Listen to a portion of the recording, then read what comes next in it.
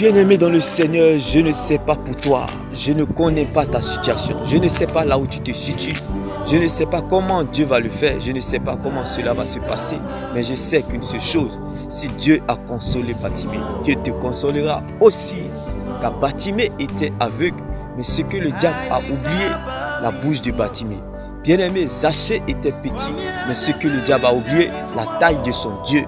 Bien-aimé, David était un sans diplôme, bien-aimé, en Israël, insignifiant, bien-aimé, mais Dieu voyait un roi de tout Israël, bien-aimé. Joseph était un sans-papier en Égypte, mais Dieu voyait un futur gouverneur de tout l'Égypte. Bien-aimé, Élie était un sans-abri, bien-aimé, mais Dieu voyait un prophète des nations. Pendant que, bien-aimé, Moïse était oublié, abandonné sur le fleuve Nil, Dieu voyait un futur prince à la table des rois.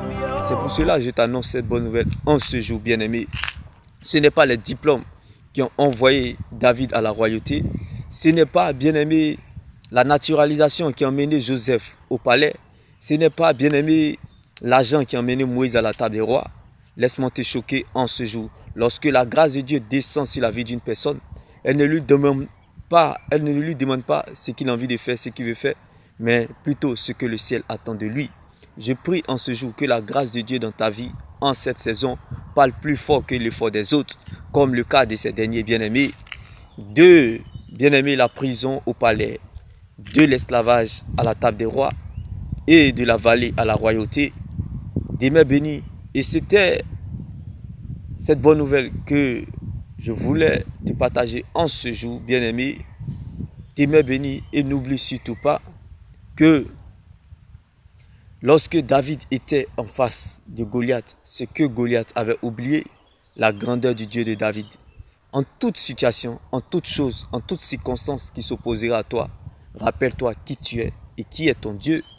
Car ce que le diable avait oublié dans la bataille de David contre Goliath, ce que Goliath lui-même avait oublié, bien-aimé, la grandeur du Dieu de David. C'est pour cela que je t'annonce cette bonne nouvelle en ce jour, bien-aimé. La grandeur, le degré, bien-aimé, de tes épreuves, la grandeur de tes épreuves est proportionnelle au grand témoignage que Dieu te réserve. Ne l'oublie surtout jamais.